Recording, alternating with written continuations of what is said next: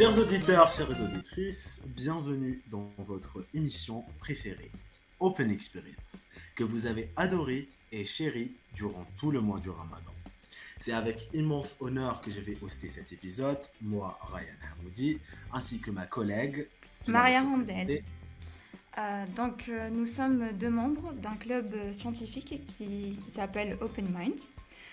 C'est plus un groupe d'étudiants réunis dans le but de promouvoir le libre et l'open source, ainsi que les valeurs de partage et d'ouverture d'esprit, et ce à travers des activités ouvertes à tous. Alors nous sommes dans notre nouveau podcast dans lequel nous parlons d'un domaine peu commun et exploité ici en Algérie, qui s'intitule la psychologie. Pour nous accompagner sur ce podcast, j'ai le plaisir d'accueillir Chanez Rondel, qui va se présenter dans quelques instants. Bonjour Chanez et bienvenue dans Open Experience. Bonjour à tous et merci de m'avoir invité, merci pour le temps qu'on va partager ensemble.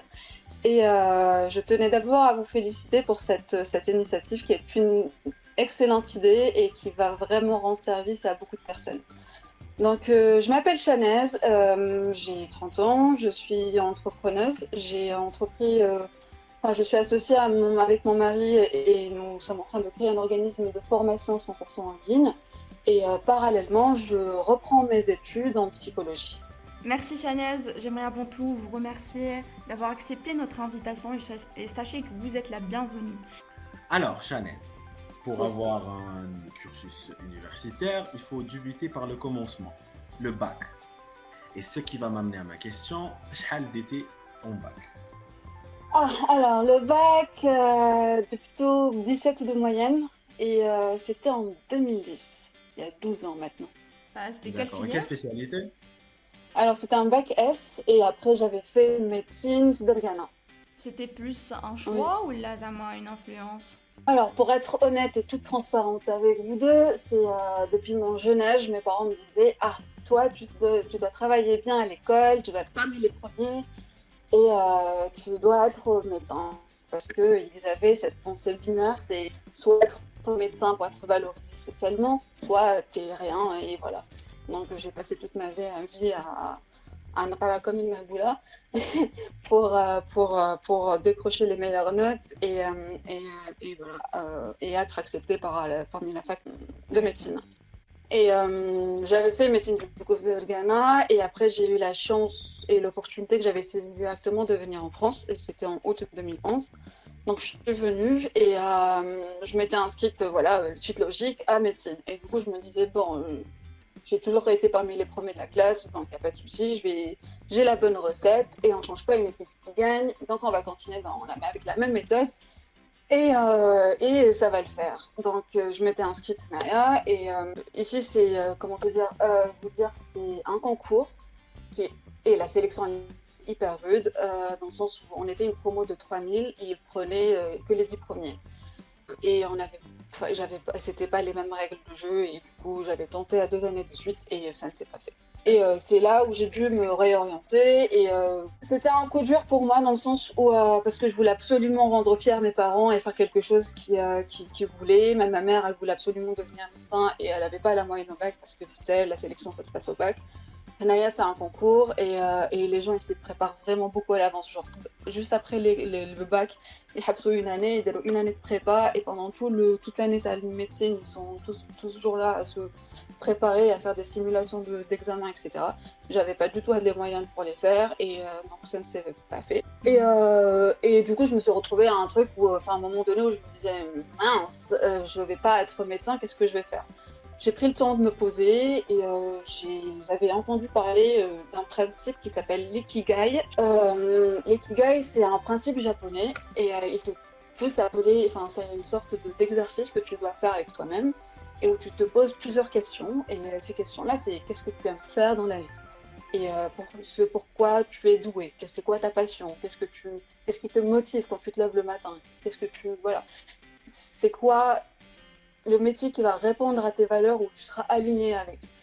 Et après, la deuxième question, c'est une fois que tu as répondu à toutes ces questions-là, tu vas dire est-ce que le monde a besoin est-ce que le monde a besoin de ma passion si je peux y répondre? et est-ce que je pourrais être payée pour ça? Donc en me posant toutes ces questions-là, et moi genre j'étais toujours passionnée par le développement personnel, le développement de l'être en quelque sorte, et surtout comprendre les rouages de la nature humaine, aussi complexe soit-elle. Et du coup je me suis dit, bon, bingo, j'ai trouvé ma voie et c'est la psychologie. Donc du coup je m'étais inscrite en psycho. Et après, si vous voulez, j'avais commencé ma licence de psy. Et arrivé en L3, en licence 3, j'ai effectué un stage qui est très très bien, mais cependant, je me suis rendu compte que j'avais un problème, c'est les papiers.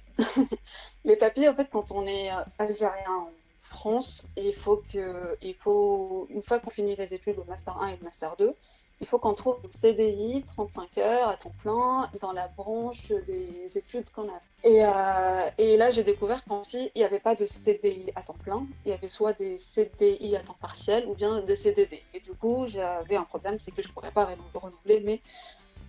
renouveler mon titre de séjour.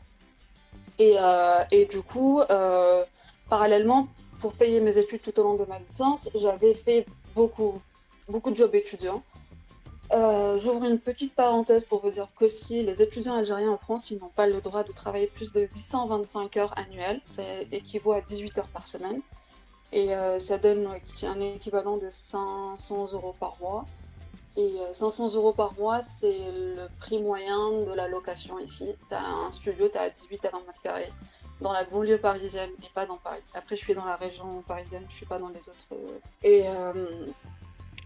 Du coup, j'étais obligée Enfin, il faut se débrouiller et à trouver des jobs aussi au black, et c'est comme ça qu'on s'en sort. Et donc, cette riche expérience m'a aidé Enfin, voilà, m'a aidé à découvrir le monde de l'entreprise, et ça a vraiment titillé ma curiosité. Et du coup, je suis arrivée au stade où, en L3, je pouvais pas continuer en master de psycho parce que j'avais un problème de papier derrière. Et d'un autre côté, il y avait le monde de l'entreprise qui m'intriguait. Et du coup, je me suis dit, est-ce qu'il y aurait un métier où il rassemblerait le côté psychologie et le côté entreprise.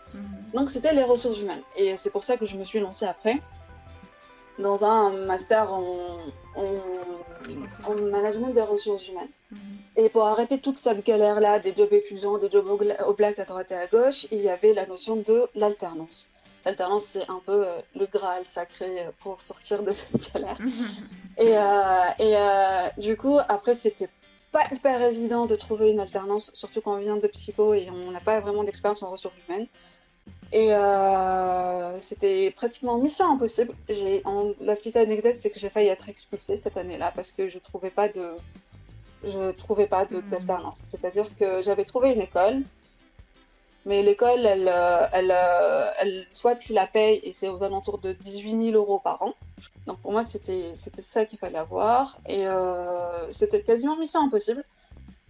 Je l'avais trouvé en février alors que l'année scolaire avait commencé en septembre. Mais voilà, c'est juste pour vous dire que l'impossible devient possible quand on persévère et qu'on lâche rien et quand on y croit.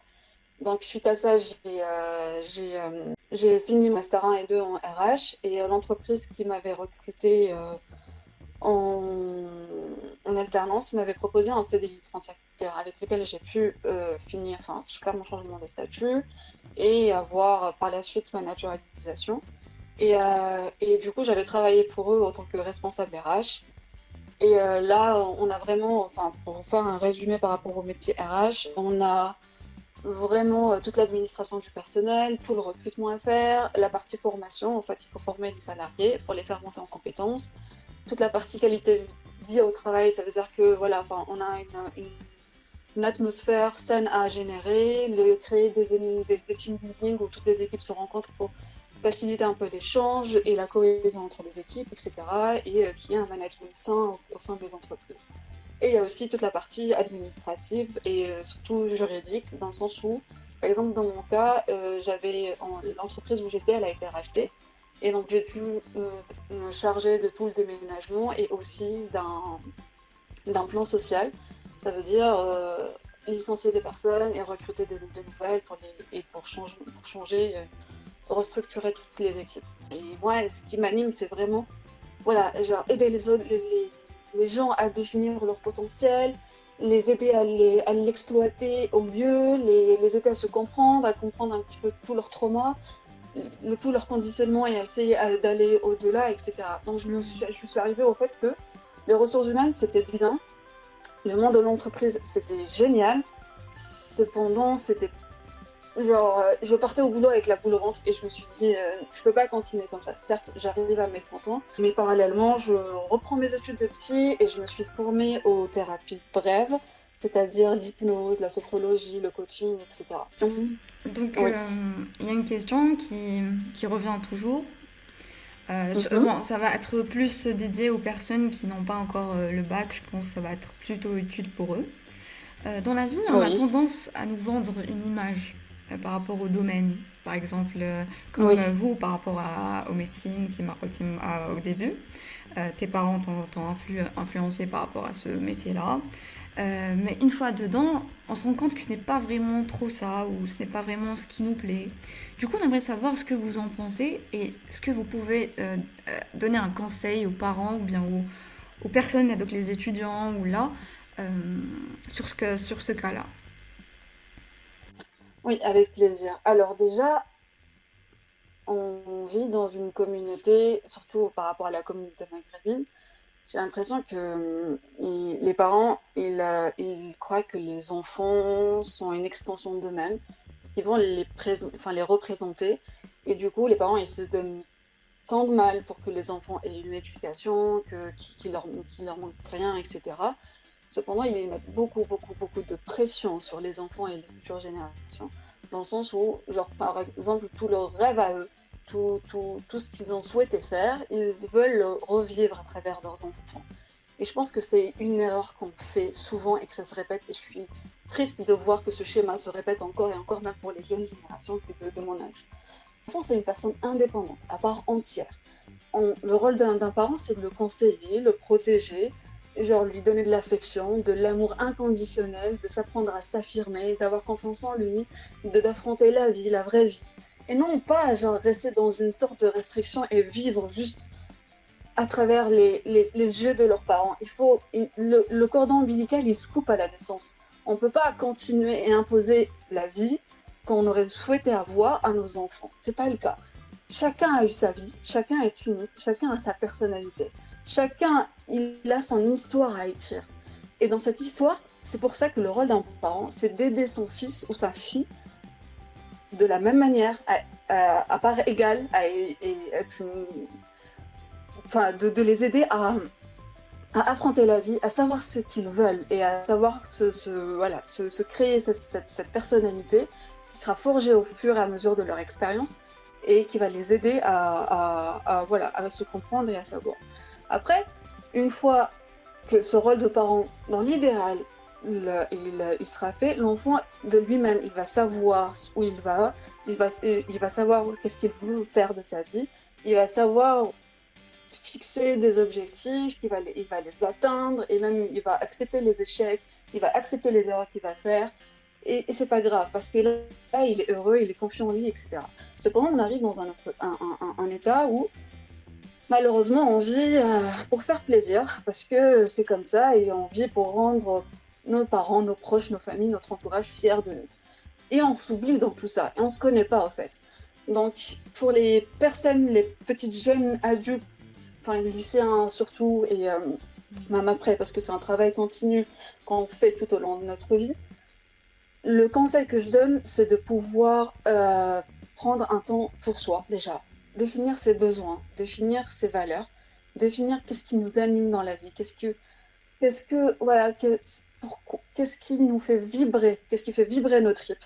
Et à ce moment-là, essayez de voir le métier qui va correspondre le plus, indépendamment de vouloir faire plaisir à l'autre ou autre.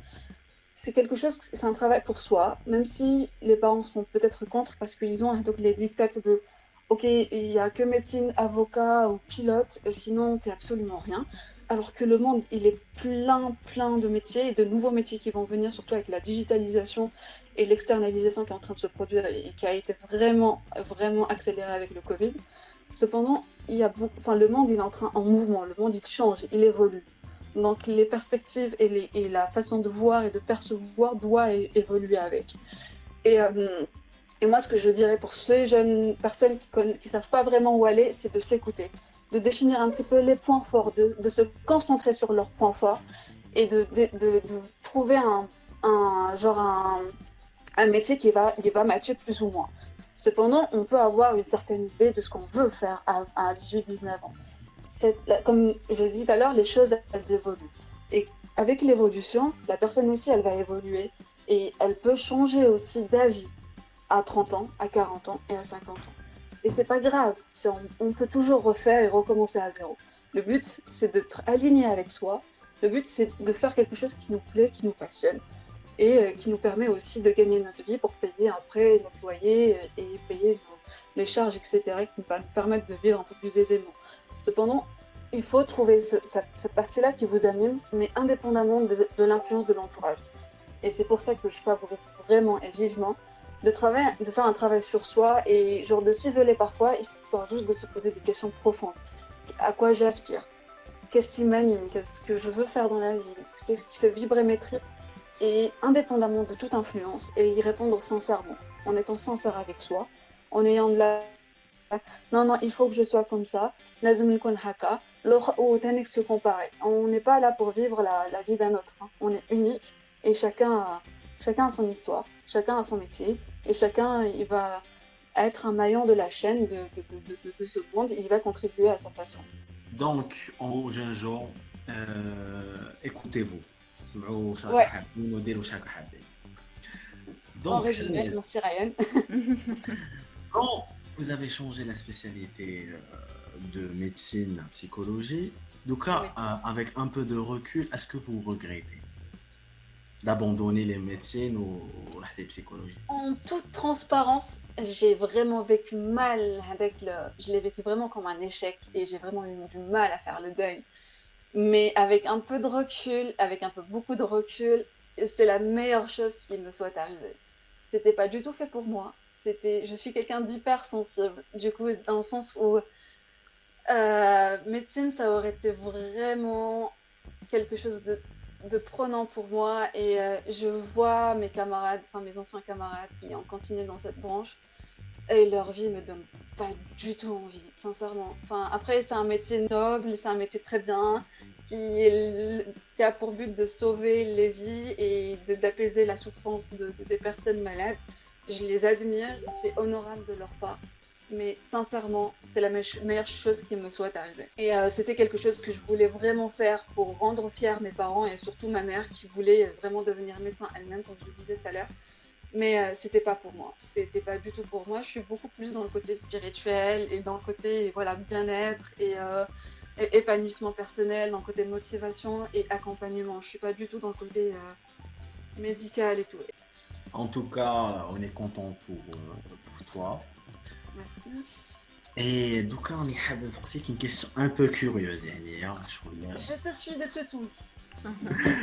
Donc, ma question c'est est-ce que traitez le rattrapage ou si oui, est-ce que vous avez des conseils à donner? Alors, en toute transparence, je suis rentrée en rattrapage que pour un seul examen de toute Ton existence. son existence. Bon, après, en fait, pour moi, ce qui est important, après, je suis quelqu'un d'hyper carré, donc j'aime bien m'organiser, j'aime bien voilà, planifier les choses. Quand je me fixe un objectif, je le décompose en sous-objectifs, et après, je fais une sorte de rétro-planning qui est décomposé, genre, par jour, je sais ce que je vais à faire, et jusqu'à maintenant, ça m'a beaucoup aidé à non seulement atteindre mes objectifs, à me surpasser, et à me dépasser à chaque fois, parce qu'à chaque fois, je me disais, ok, j'ai cet objectif-là, je sais à quoi m'attendre et je définis à chaque fois les étapes pour y atteindre. Enfin, je prends le temps vraiment de réfléchir comment l'atteindre. Ce qui m'a réussi jusqu'à maintenant, je dirais que c'est l'organisation. Après, on peut être en complètement freestyle et faire et jouer, enfin, et vivre le jour. Il y a des personnes qui réussissent ainsi. Après, pour la rattrapage, c'est pas un échec en soi, c'est tout simplement un résultat à un instant T lié à une situation S dans des conditions C. Ça veut dire qu'il y a quelque chose qui a mal fonctionné, quelque chose qu'on a mal acquis ou appris, ou quelque chose qu'on n'a pas révisé, ou et certainement peut-être qu'on a mal priorisé les tâches qu'on avait à faire. Donc, le conseil que je donne, c'est organisation, peut-être priorisation qui est importante. Enfin, la priorisation de savoir, ok, j'ai quoi comme objectif? Je dois réussir à cet examen, d'accord. Qu'est-ce qu'il me faut? Donc, il faut que je révise. Je révise quand, à quel moment? Et, il faut voilà, le définir. Et après, une fois on a priorisé, on s'est organisé, et parfois on passe quand même en rattrapage parce que la matière ne parle pas, on déteste ou quelque chose. Donc à ce moment-là, en soi, on essaie de compenser avec les autres matières, et je pense que certainement ça va passer. Donc, Chanès, quand tu as dit que tu es une personne qui est plus structurée, qui s'organise, elle fait ses plannings, elle essaye d'y remédier à ça. Donc, j'ai deux questions par rapport à ça. Pour les personnes Oui. qui veulent un peu s'améliorer, genre elles sont un peu, on va dire, bordéliques, même si c'est pas vraiment un grand truc, c'est normal, ça dépend de la personnalité. Ouais. Mais ils veulent s'améliorer et devenir un peu plus organisés. Est-ce que tu as des outils ou bien des méthodes, peut-être des logiciels que tu utilises qui t'aident au quotidien à t'organiser? Alors, pour répondre à ta question, en fait, ce qu'on fait en coaching, c'est de aider les personnes à déterminer déjà des objectifs, mais à utiliser la méthode SMART. La méthode SMART, c'est quoi? C'est S pour l'objectif soit déterminé et précis. Le M, c'est pour qu'il soit mesurable, qu'avec des critères, enfin, objectifs de progression, d'amélioration, etc. Donc, on pourra mesurer avec l'objectif qu'on va se fixer. A, c'est pour atteignable et ambitieux, et R, c'était pour réaliste et qui a un lien avec un rapport avec la situation et les moyens de l'état actuel. Et T, c'était pour timely, et c'était dans le sens pour fixer des deadlines. Donc cette méthode SMART, où l'objectif doit être spécifique, mesurable, achievable, réalistique et timely, il a pour objectif d'aider la personne à définir un objectif bien précis. Et que ça soit par exemple soit dans les études, soit même dans trouver un emploi, trouver un stage, trouver ceci ou cela. Donc ça peut s'appliquer dans tous les domaines, que ce soit privé et professionnel. Et après, ce qui est très génial et qui fonctionne très bien, c'est de se féliciter. Genre aujourd'hui, je me dis, ok, je vais juste, par exemple, j'ai comme objectif de perdre 5 kilos. Par exemple, je dis ça comme ça, par hasard. Et du coup, le sous-objectif que je vais me fixer pour tous les jours, c'est de faire des exercices au moins un quart d'heure, 20 minutes par jour. Et quand je réalise l'objectif, quand je me lève et je fais cet exercice pendant 15-20 minutes, bah, je me félicite. Bah, en fait, il faut se féliciter à chaque petit pas qu'on fait. Que, genre, chaque baby step qu'on entreprend, il faut se féliciter tout le temps. Il faut se parler avec bienveillance, il faut avoir de l'auto-empathie envers soi, et surtout ne pas s'auto-flageller, donc les périodes de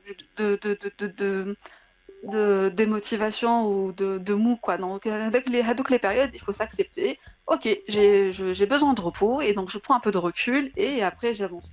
Donc c'est quelque chose qui va pouvoir faire briller tes yeux quand tu le fasses. Quand tu le fais, pardon. Par exemple, moi, il y a d'autres méthodes différentes des tiennes qui m'ont bien réussi. Ouais. Par exemple, pour Omodo, c'est des vidéos sur un... Ah oui, c'est génial aussi, ouais. Pour un outil, par exemple Notion, ça peut vraiment aider à vous organiser, à faire des plannings, des to-do lists. Donc, Chanez, j'ai une autre question. Oui. Pensez-vous que les études à eux-mêmes suffisent pour former et développer une personne dans n'importe quel domaine? Pas que la psychologie, bien sûr, mais dans n'importe quel domaine, oui. Alors, pour répondre à cette question, la réponse nette, claire et précise, c'est non. Dans le sens où l'éducation, surtout l'éducation scolaire, elle est faite, comme je le disais tout à l'heure, pour faire tourner l'économie, dans le sens où former des personnes qui vont servir dans un métier qui va servir à l'économie, qu'elle soit nationale ou mondiale. Donc dans ce sens-là, oui, ça peut nous rendre un expert dans un domaine précis, mais c'est pour ça qu'en France ou dans les pays occidentaux et développés, ils investissent énormément sur la formation continue. La formation continue, c'est tout au long de la vie. Tout au long de la vie, ça n'arrête pas de se former. حنايا في الجزائر on a l'impression une fois كملنا قرايه خلاص تماك ما نحبسوا ما نتعلموا et c'est bon maintenant لازم نخدموا et c'est parti pour la vie. تماك il y a un dicton qui dit que si tu suis ce raisonnement là, c'est que tu meurs à 25 ans et tu t'enterres à 90 ans parce que si quand t'arrêtes d'apprendre, t'arrêtes de vivre, t'arrêtes d'évoluer et voilà, tu meurs quoi. Et c'est pour ça que la formation, elle est très importante, que ça soit dans son domaine à soi et il faut être curieux aussi pour s'intéresser au domaine qui nous entoure. Et c'est ça qui va un peu compléter et surtout aussi apprendre des expériences des autres. Et je pense que voilà, enfin pour répondre à ta question, l'éducation scolaire, universitaire telle qu'elle est, elle va pas t'aider à te former, ça sera pas une formation complète à titre indicatif, mais elle sera une formation qui va t'aider à accomplir certaines tâches dans un domaine précis. Te former parce que les choses elles évoluent, donc continuer à avoir une veille par rapport à toutes les avancées technologiques etc. Et après, on peut se former aussi dans d'autres domaines complémentaires qui vont apporter des plus pour notre personnalité, et ces plus-là vont nous apporter, nous propulser aussi dans notre propre expertise. Je donne un tips qui est bien pour se former, que j'utilise énormément et qui est très bien, c'est LinkedIn Learning. Je sais pas si, en Algérie, LinkedIn il est utilisé ou pas, normalement oui. Oui. Ouais, donc il y a un onglet LinkedIn Learning, vous pouvez y avoir accès à des formations qui sont hyper bien, de qualité, mais plus. Et d'une manière, vous pouvez avoir un essai gratuit de 1 mois pour y accéder. C'est des formations dans tous les domaines. Et après, il y a autant d'essais gratuits que de comptes nouveaux créés. Je dis ça, je dis rien. J'espère que je ne vais pas être poursuivie par LinkedIn, mais si on n'a pas les moyens pour se payer le forfait, l'abonnement pour avoir accès à toutes ces formations-là qui sont vraiment... Elles sont géniales, ces formations. Et on peut y avoir accès en essayant de faire en créant un compte LinkedIn, où on a accès à un mois d'essai. Et quand le mois se termine, vous pouvez recréer un nouveau compte et avoir accès à LinkedIn Learning pendant un autre mois de plus, quoi. Ça va vous permettre aussi de vous former. Et sincèrement, c'est dans tous les domaines, que ce soit dans le développement personnel, dans les ressources humaines, dans l'informatique, dans le développement, mais vraiment dans les technologies, dans la gestion de projet. Il y a vraiment beaucoup de formations à faire et elles sont vraiment bien. Et c'est des sortes de mini-formations qui ne durent même pas 10 minutes, 10-20 minutes. Donc en termes de temps, c'est pas hyper prenant. Et ça te donne vraiment ça te forme. Et en plus, elles sont certifiantes. Donc tu peux avoir des certifications que tu rajouteras dans ton CV. Et c'est tout bénef. Et ça peut être gratuit aussi. Donc en créant des nouveaux comptes. D'accord, merci pour ces informations. Alors, si je ne me trompe pas, Sanès, vous avez fait une licence en psychologie. Oui. Est-ce que vous pouvez nous parler de votre projet de fin d'études et les stages que vous avez effectués? Pendant la licence, j'avais fait juste un seul stage. C'était dans un stage clinique dans un EHPAD. Un EHPAD, c'est une maison médicalisée, une maison de retraite médicalisée. Et c'était un stage vraiment d'observation où j'étais là à observer tous les entretiens psychologiques que la psychologue faisait avec des personnes qui étaient atteintes d'Alzheimer et de bipolarité. Et donc c'était le but de les stimuler, de parler avec eux, d'entretenir un discours, un lien avec eux surtout. Et c'était très bien dans ce sens-là. Il y avait des groupes de parole des groupes de parole avec toute la résidence qui étaient organisés, des événements, parce que par exemple il y avait ici fête Noël, donc pendant Noël ils font des animations et autres, et histoire parce qu'en fait les personnes retraitées ici, les personnes à la retraite, ils les placent dans des maisons de retraite, Et il souffre d'un truc qui est l'isolement et les enfants et la famille ne viennent pas souvent le rendre visite. Donc garder un lien et créer de l'animation était très important lors de mon stage et c'est ce que j'avais compris. Après, contrairement à l'Algérie, c'est pas vraiment le cas où on est beaucoup plus famille, enfin, c'est famille et que les gens s'entraident et s'entretiennent. Cependant, revenant à la licence de psy, oui, par rapport à mon stage de psycho, j'avais juste fait ça parce qu'il y avait juste un stage obligatoire et c'était en L3 et c'était un stage de 3 mois de mémoire. Par rapport au projet d'études, bah, il y en avait beaucoup. Par exemple, j'en avais fait un sur les micro-expressions faciales, qui était très très intéressant. Et c'est par rapport, enfin, définir un petit peu l'émotion qui est générée chez la personne via ces micro-expressions faciales. Et donc on essaye de détecter les personnes, si elles mentent, si elles se sentent un peu stressées ou pas, enfin, comment elles sont heureuses, ou est-ce qu'elles essayent de nous faire baratiner ou autre. Donc toutes ces micro-expressions faciales, et c'était très bien à découvrir. S'il y a quelqu'un qui est intéressé par ça, il y a un livre de Paul Ekman qui est très bien dans ce sens. Mhm. Limite tout ça. Hein Moi, je suis et très euh, intéressé. Génial. Bon, après, si tu as besoin d'informations, après, tu n'hésites pas.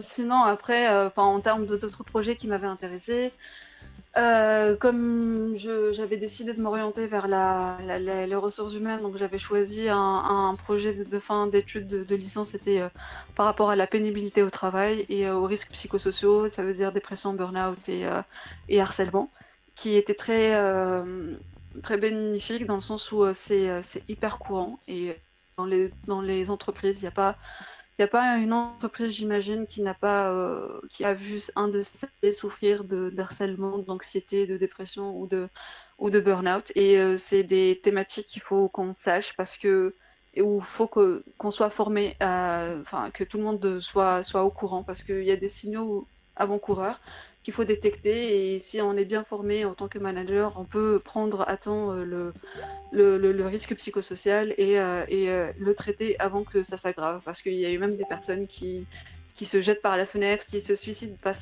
quand elles arrivent à un burn-out assez sévère. Donc c'est hyper important et ça m'a mis la puce à l'oreille comme quoi il faut pas prendre les choses à la légère et quand quelqu'un te dit qu'il va mal ou que ça va pas, il faut l'écouter. Et après, il faut aussi écouter les petits ça va parce dans notre société, on a tendance à dire ah salut ça va, comment tu vas?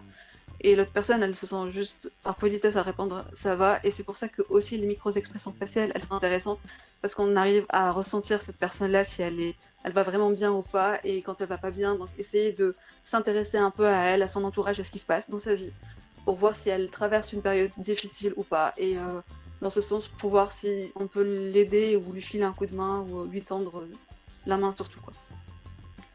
Après, en termes de licence, c'était juste ces deux gros ces deux gros mémoires que j'avais fait. Et bon, après, ils nous font travailler sur des petits projets, des petits projets pendant la L1 et la L2. Et c'était pas aussi important. Enfin, c'était juste important pour valider les années, je dirais. Mais c'était pas aussi marquant que la L3. Ok, moi j'aimerais bien, je suis un peu curieuse dans tout ce qui est psychologie et tu vois, genre ton métier et tout. Mhm. Par exemple, Anaya, on dit qu'une personne, un psychologue ou là, techniquement égal, c'est comme une équation. Si une personne folle ou là, dépressive ou là, vous voyez ce que j'ai envie de dire. Alors, j'aimerais bien qu'on estompe le cliché en disant vraiment la vérité que ce n'est pas parce que ce n'est pas un psy que t'es techniquement quelqu'un de fou ou là, quelqu'un de pas normal. J'aimerais voir, entendre ce que vous en pensez. Alors, en effet, on pense souvent qu'il faut être fou pour aller voir un psy.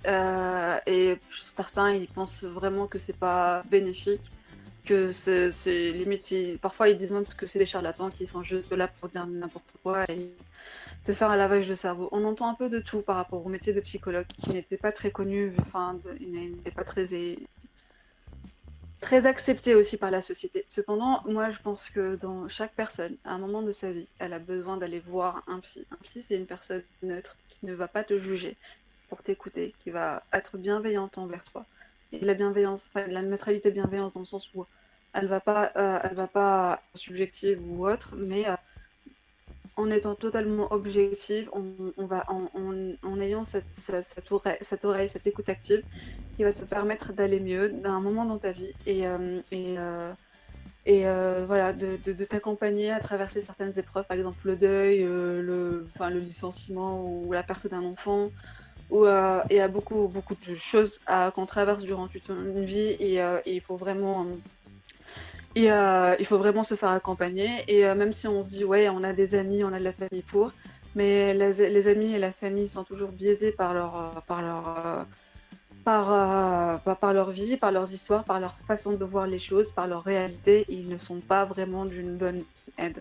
Et il faut pas être fou. Enfin, les fous, ils sont internés. Ils vont pas voir des psys, ils vont voir des psychiatres. C'est autre chose. Un psychologue, il est là pour voilà, t'accompagner, t'écouter et t'aider à surmonter un petit peu des épreuves difficiles, à gérer ton stress, tes émotions, de l'anxiété, augmenter la confiance en toi, t'apprendre à t'affirmer, apprendre à avoir de l'estime pour toi.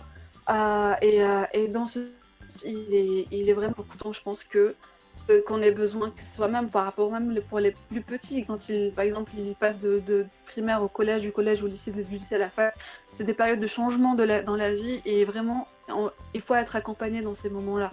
Parce que tout changement n'est pas bien accepté, on n'est pas préparé pour ça et on perd souvent nos moyens. Avoir une personne neutre à qui on peut tout dire, mais vraiment tout dire, tout ce qui nous traverse par la tête, enfin, tout avec les mots, notre vocabulaire à nous, sans restriction, sans interdit, sans rien. Avoir quelqu'un avec qui on peut se lâcher, être vraiment soi, parce que généralement les personnes elles portent autrement dit, un masque social pour être accepté, être aimé, etc. Donc on essaie d'intégrer la société en étant un peu bridé, en n'étant pas vraiment soi parce qu'on a peur de se dévoiler. Mais avoir une personne avec qui on peut se dévoiler, c'est hyper important. Et sincèrement, moi, perso, j'ai commencé ma thérapie depuis pratiquement 1 an maintenant. Et en fait, parce qu'en étant psy, pour devenir psy, ils obligent quelque part à avoir sa propre thérapie afin d'être en accord avec soi-même et pour pouvoir guérir les autres et ne pas faire de projection, etc. et de transfert.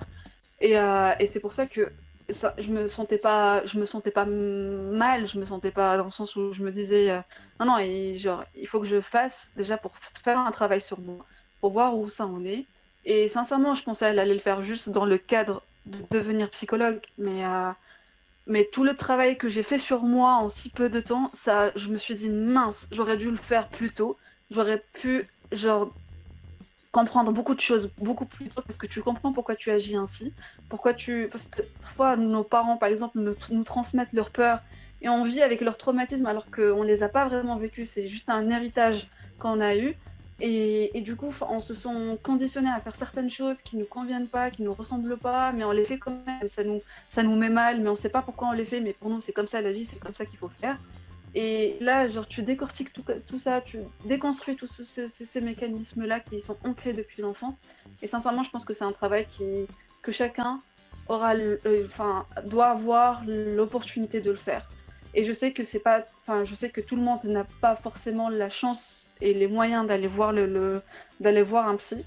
Et c'est pour ça que j'ai décidé, par exemple, de créer une page Instagram où j'ai commencé un petit peu à prendre les struggles de tout le monde et essayer de les vulgariser. Je suis qu'à mes débuts, mais je commence également à préparer des vidéos pour expliquer un petit peu les bases un petit peu psychologiques et à aider les autres à se comprendre et surtout pour aider et améliorer les personnes qui n'ont pas accès à cette opportunité de voir des psys, d'avoir accès à ce savoir qui est assez précieux et qui va les aider à s'épanouir et à s'aider à se surpasser et à dépasser leur zone de confort et à devenir la meilleure version d'eux-mêmes. Donc c'est dans cet objectif-là, je pensais tout au long là c'était le projet de me lancer. J'ai été un peu occupée, c'est pour ça que j'avais pas trop développé le truc. Mais l'objectif, c'est voilà, de transmettre l'information, qu'elle soit accessible par tous et à la portée de tout le monde, pour que tout le monde ait cette opportunité d'une manière ou d'une autre de se comprendre, même s'il n'a pas cette opportunité de voir le petit. C'est pour ça que voilà, enfin, j'essaye à mon niveau d'apporter quelque chose de plus et de contribuer dans ce monde. En tout cas, on sera tes premiers abonnés. Bah, tu peux y aller, c'est makeithappen.psychoche. Dans Ah, tous les yes. cas, on les mettra en barre d'infos sur YouTube. Et Non, mais je rigole, hein, enfin. Non, mais genre, je pense que tu es même abonné. Je t'ai déjà envoyé ça. Je suis déjà Ouais. abonné, déjà. Bah, merci Ryan. Mais dans tous les cas, on mettra les liens dans la barre d'infos. Ils ont qu'à cliquer. Ok. D'accord. Chanez, je Ouais. pense, te connaissant, t'es une personne qui bouquine énormément. Elle passe sa vie, elle a le nez dans ses bouquins. Est-ce que enfin, le livre qui t'a marqué le plus et que tu penses que chaque personne ici, genre dans le monde qui existe, doit at least le lire une fois? Alors, pour ça, j'ai un auteur que je vous recommande, mais vivement. C'est Laurent Gounel. Il a changé ma vie, il a changé la vie de plusieurs personnes qui m'entourent. Et il a écrit une série de livres de développement personnel. Le premier, c'est L'homme qui voulait être heureux. Donc c'est un livre que je vous recommande. Après, il y a le philosophe qui n'était pas sage. Il y a un troisième livre, c'est Le jour où j'ai appris à vivre. Et un autre qui s'appelle Les dieux voyagent toujours incognito. Un cinquième, Je te promets la liberté. Et sinon, un dernier qui m'a marqué, c'est Et tu trouveras le trésor qui dort en toi. En fait, Laurent Gounel, je pense que c'est l'auteur c'est l'écrivain du développement personnel et chaque personne, sincèrement, doit le lire, doit lire ses bouquins parce que c'est le déclic qui va aider plusieurs personnes à changer et à entreprendre un vrai développement personnel. Et je recommande vivement. Merci en tous les cas. Sinon, on va dire une citation qui vous motive quand tu es down ou tu es dans un mood. Alors, des citations, j'en ai un peu beaucoup. Positive thinking égale à positive outcome. Donc, je maintiens un truc de être bienveillant avec soi-même et être son meilleur ami, se parler vraiment avec bienveillance. J'ai un autre, c'est Go easy on yourself. Whatever you do today, let it be enough. Après, j'ai d'autres. J'ai d'autres, c'est Imperfect action is better than perfect inaction. Oh, yeah. Et après, j'ai donné qu'un autre, c'est You have the potential to make beautiful things. Yes, you can. And just make them happen, or make it happen. Ok, merci beaucoup, Chanez. Vous avez quitté votre pays natal à l'âge de 18 ans. Oui. Donc, je pense qu'il y a beaucoup de personnes, donc, des étudiants, dans ton cas, entre 18 et 23 ans, ils ont l'envie de quitter le pays pour un avenir meilleur. Mais j'aimerais vraiment savoir votre expérience, dans le sens où la transition d'une fille adolescente, ses parents, les choula, et tout, à j'irais même à dire jusqu'à une femme complètement indépendante elle s'est retrouvée devant des responsabilités. Donc j'aimerais bien savoir la transition, comment elle a été, comment tu l'as vécue, surtout. Alors, comment je l'ai vécu, c'était hyper dur, je te cache pas, dans le sens où j'étais pas du tout préparée à ce que j'allais vivre. Pour moi, la France, on nous a vendu ça comme si c'était un Eldorado où l'argent va tomber du ciel et que tout va se passer bien. Et c'est le pays où tu vas devenir riche très rapidement et que tout sera easy peasy, quoi. Alors, le saut de l'adolescente qui est dans le cocon familial à la personne complètement indépendante qui se prend en charge, Ça te fait gagner une maturité hyper précoce. Ça te fait gagner en indépendance, en autonomie, où tu sais que tu peux compter sur personne à part sur toi-même. Après, pour toutes ces personnes-là qui veulent venir à l'âge 18-19 ans, il y a deux catégories. La première, c'est que si les parents ont les moyens, mais vraiment les moyens d'aider leur enfant, genre de leur payer le loyer, de leur payer les courses, de leur payer les charges, etc., où l'enfant sera vraiment concentré et focus sur ses études, je pense qu'il n'y a pas trop à attarder, il faut venir à un âge très tôt. Cependant, les personnes, en comparant ma propre expérience aux expériences de toutes les personnes qui étaient dans ma promo et qui sont venues, celles qui sont venues à mon âge, elles peuvent se compter sur les doigts d'une main. On a un peu trop galéré et au final, en se comparant aux personnes qui ont vraiment pris le temps de rester chez les parents en Algérie et valider leur bac plus 5 et venir, enfin pour certains, par exemple, je prends l'exemple de mon mari, il a travaillé 2 ans avant de devoir venir et c'est lui qui s'est payé ses études et son arrivée. Il y a d'autres qui sont arrivés juste après le Master 2. Et là, tu as la possibilité de t'inscrire directement en Master 2 en France. Tu as juste une année à refaire. Et pendant cette année-là, tu as juste 6 mois d'études et 6 mois de stage. Et pendant les 6 mois de stage, tu es payé. Et tu es payé bien, dans le sens entre 600 € à 1200 selon ton âge et l'entreprise. Et le domaine informatique, il paye beaucoup plus.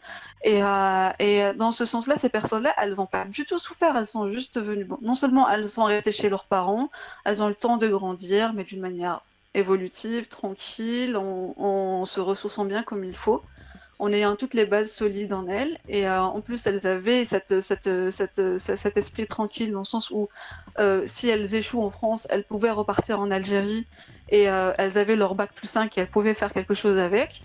Et déjà, il y a cette tranquillité d'esprit qui est là, alors que quand tu viens plus tôt, t'es juste perdu et t'essayes de jongler entre plusieurs choses en même temps et tu vois pas le bout du tunnel. Il faut juste y croire et s'accrocher et c'est tout. En espérant qu'un jour, ça va s'éclairer. Mais cependant, ces personnes-là qui sont venues vraiment après un bac plus 5 et fait juste un Master 2 et à décrocher leur stage au bout de 6 mois. Et sincèrement, ils sont au même niveau que nous, dans le sens où ils sont avec leur CDI, leur appartement et tout, mais ils n'ont pas vécu tout le vécu. Et donc là, c'est pour ça que même pour mon frère et ma soeur, je lui ai toujours dit que ayez votre bac plus 5 et après postulez pour un bac plus 5. Ça sert à rien de repostuler pour un bac plus 4. Et il faut, voilà. Et après, comme je l'ai dit tout à l'heure, tout au long de la vie, on continue à se former. Ça ne veut pas dire que même si on estime que notre formation à Zaïre, elle n'est pas à niveau et elle a beaucoup de choses, il y a beaucoup d'axes d'amélioration et on se retrouve avec des lacunes. Mais déjà, on apprend sur le tas et de deux, on continue à se former tout au long de la vie. Il y a des formations continues qui peuvent te permettre à rattraper un peu le retard et à travailler sur les axes d'amélioration. Et même ici en entreprise, les personnes, comme je disais tout à l'heure, dans mon rôle de RH, je formais les personnes dans le sens où je définissais les besoins de chaque personne et je la faisais monter en compétence parce qu'elle a des lacunes par-ci ou par-là. Donc c'est un travail qui se fait en continu. Il ne faut pas se sous-estimer parce qu'on vient d'Algérie. Au contraire, vous faites la démarche et vous avez le courage de quitter un cocon familial et un truc votre zone de confort pour aller vers l'inconnu. Ça demande du courage et c'est admiratif. Cependant, soyez sûr de vous-même et soyez sûr de votre valeur, de vos compétences, même si elles ne sont pas à niveau ici. Mais ça se discute également. Et c'est jamais trop tard parce qu'on peut se former en continu et toute la vie. Après, voilà, le conseil que je donnerais, selon les moyens des familles, ça reste encore l'injustice de la vie. Mais certaines personnes peuvent venir et c'est super, elles sont prises en charge par les parents et du coup, elles n'ont que leurs études à faire. Et donc, elles sont déchargées de toute cette responsabilité. Et cependant, pour les autres, je pense qu'un bac plus 5 et après s'inscrire directement en Master 2, ça peut être un raccourci qui va permettre d'accéder directement à quelque chose de mieux sans se sacrifier et sans souffrir. Après, la France, entre guillemets, ça devient un peu plus compliqué pour les inscriptions, pour les visas, surtout avec les histoires géopolitiques. il y a le Canada qui ouvre ses portes, donc c'est beaucoup plus facile de postuler là-bas. Après, pour tout le domaine médical, il y a l'Allemagne qui met un vrai tapis rouge pour accueillir les médecins étrangers hors UE, et le seul impératif, c'est de parler allemand et avoir un niveau B2 dans l'allemand, et on peut y accéder directement. Donc, à titre personnel, par facilité, j'avais choisi la France parce que voilà, j'avais une opportunité que j'ai saisie directement. Mais a posteriori, il n'y a pas que la France, le monde il est grand, et on peut aussi aller ailleurs et avoir une autre expérience et avoir un meilleur avenir. Après, malheureusement, en Algérie, j'aime pas dire ça, mais la vie, la mentalité fait que toute l'élite est en train de partir. Et c'est malheureux pour le pays. Mon rêve, c'est qu'on revienne tous et on reconstruise le pays, que toute la diaspora algérienne revienne en Algérie et reconstruise le pays. Cependant, avec la mentalité, surtout pour les femmes, où le système patriarcal leur bouffe toute leur liberté, je pense qu'il faut saisir toute opportunité qui se présente pour, en moins, avoir une autre expérience, avoir d'autres mentalités, d'autres cultures, même pour soi, pour son propre développement et pour grandir et pour améliorer aussi l'éducation qu'on va transmettre à nos futurs enfants. C'est hyper important de s'ouvrir au monde. Et donc dans ce sens-là, que ce soit pour les études, que ce soit pour les voyages, que ce soit pour les échanges, et même maintenant on a la chance d'avoir Internet, même échanger avec des personnes étrangères d'autres nationalités, qui ont d'autres façons de voir, d'autres réalités, et c'est hyper important pour se construire. Et je pense que voilà, il faut échanger, il faut interagir, et quand on a l'opportunité de partir, il faut la saisir.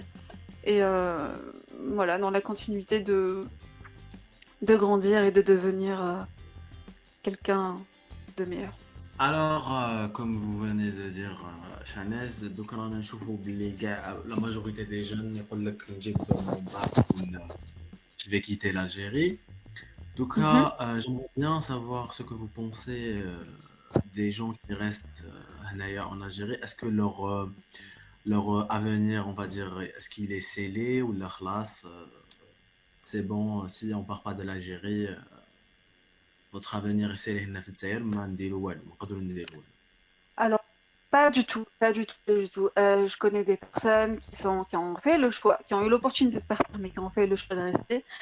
Et ils ont créé des entreprises et ça marche très bien. En fait, il faut juste avoir l'envie et avoir la confiance comme quoi ça va marcher, et de se déresponsabiliser un petit peu du chaos qui nous entoure. Je sais que l'administration algérienne, elle est pas terrible, etc. Mais même si, les personnes, on se dit, ouais, il vaut mieux, on a toute la réponse facile, c'est de partir, c'est la meilleure solution. Mais on est mieux que chez soi. Et sincèrement, venir à l'étranger, et surtout dans des pays un peu fachos, subir tout ce racisme, etc. À partir, il y a du côté bien et le côté mauvais. Mais cependant, pour rester, ça ne veut pas dire que c'est la fin de vie, et ça ne veut pas dire qu'on s'enterre vivant. Au contraire, c'est une chance aussi pour se dire, d'accord, j'ai ça, je fais un constat de mes moyens et qu'est-ce que je peux en faire. Si je peux pas, si je peux pas décrocher un job directement avec mon diplôme, je peux créer, je peux innover. En plus, l'Algérie, elle facilite énormément les choses pour les entrepreneurs, et c'est super favorisant, donc dans le sens où j'ai une idée et essaye de construire quelque chose. Donc je pense que ça peut être favorable pour aussi de grandir, et en plus rien n'empêche de créer des marchés à l'international, et du coup améliorer et prospérer, et créer quelque chose qui va être pérenne et sur du long terme. Donc non, il faut pas s'enterrer, au contraire, saisir cette chance. En fait, quand on peut pas partir, ça veut dire que c'est quelque chose de meilleur nous attend, et ça veut dire qu'il faut aller le chercher. Il faut pas se contenter de ce qu'on a, ou de ce que le voisin a fait. On peut faire autrement, on peut créer de nouvelles choses, on peut créer de nouveaux chemins, on peut créer de nouvelles structures, innover. Et en plus, les Algériens, ils sont hyper intelligents. Ils ont pratiquement, en fait, ce que je disais la dernière fois à une amie, les Algériens, en fait, on a pratiquement, c'est comme quand on veut faire un gâteau. On a tous les ingrédients, toutes les matières premières, mais il nous manque la recette au fait. Et il nous manque la recette pour faire ce gâteau. Et c'est ça, c'est frustrant parce que l'intelligence, elle est là, la niaque, elle est là, l'envie, le pouvoir, la compétence, la jeunesse, enfin, on a tout ça et c'est en or et c'est de valeur inestimable. Et on se contente de dire que ça va pas et c'est comme ça va continuer. Non, en fait, il faut que cette génération il faut qu'on ait le déclic pour faire bouger les choses et pour pouvoir faire et espérer de faire. Et je pense qu'il faut pas s'arrêter à des discours négatifs, à des croyances limitantes, et il faut sortir de sa zone de confort et aller chercher ailleurs. Après, peut-être certains ils vont dire ouais, c'est facile, parce qu'elle est barra, mais si elle dirait pas ça. Sincèrement, je reste en lien étroit avec plusieurs personnes en Algérie et surtout celles qui ont décidé de rester et elles ont construit leur boîte et ça commence à marcher. Et je les salue d'ailleurs et c'est pas perdu parce que tu peux commencer petit et ça peut prendre une ampleur vraiment grande. Il faut juste avoir confiance en soi et essayer d'aller, de se surpasser. Ne pas se contenter de ce qu'on a et d'aller chercher le meilleur pour soi. Après, il n'y a pas que l'étranger qui... Enfin, on peut toujours trouver d'autres moyens d'avoir d'autres expériences. En tous les cas, on te remercie, Chanès, pour ce beau discours. Ça nous a motivés. Bon, on va pas dire que tu m'as donné l'envie de rester ici, mais... mais voilà. Donc, Chanès, j'aimerais savoir, avec du recul maintenant, avec toute honnêteté, est-ce que vous êtes fiers de votre parcours, de ce que vous avez accompli durant tes 30 ans? J'aime bien préciser. Donc, vas-y, je te laisse la parole. Alors, en effet, je suis très, très, très fière du parcours que j'ai eu, de tout ce que j'ai surmonté et tout ce que j'ai pu réaliser, même si c'était pas gagné d'avance et tout était à faire. Et si c'était à refaire, je referais la même chose. Peut-être j'aurais changé quelques trucs, mais en général, sincèrement, je suis très fière de tout ce que j'ai réalisé et je remercie les personnes qui ont été proches de moi tout au long, qui ont cru en moi tout au long et qui m'ont permis de me surpasser et d'aller jusqu'au bout. Et c'est pas fini, hein. Regardez, je suis à 30 ans et je reprends des études, donc c'est pas encore fini. Peut-être à 40 ans, je vais me réveiller de « Ah, finalement, la psycho, c'était pas ça !» Et du coup, je vais m'intéresser à l'aéronautique maintenant. Tiens, donc... Donc, ouais, après, en fait, à chaque fois, et chaque personne, je pense qu'elle essaie de faire du mieux qu'elle peut avec les moyens qu'elle a. Et elle ne peut qu'être fière parce qu'elle fait du mieux qu'elle peut. Et on doit tous être fiers de ce qu'on fait, de ce qu'on réalise, de nous-mêmes, de ce que nous sommes et de ce que à quoi nous aspirons. Et voilà, il faut se féliciter, s'auto-encourager. Et comme je l'ai dit, il faut toujours avoir ce discours bienveillant envers soi. Et oui, il faut être fier de ce qu'on est. Alors, pour ma part, je voulais juste te remercier pour tes réponses pleines d'informations enrichissantes. Et voilà. Bon, j'espère avoir répondu à vos attentes. Désolée si j'ai été très lente par rapport à certains, mais voilà, le but c'est de vous transmettre tout ce que je sais en short, en un temps record. Merci beaucoup, Chanès. Merci à vous. Merci beaucoup.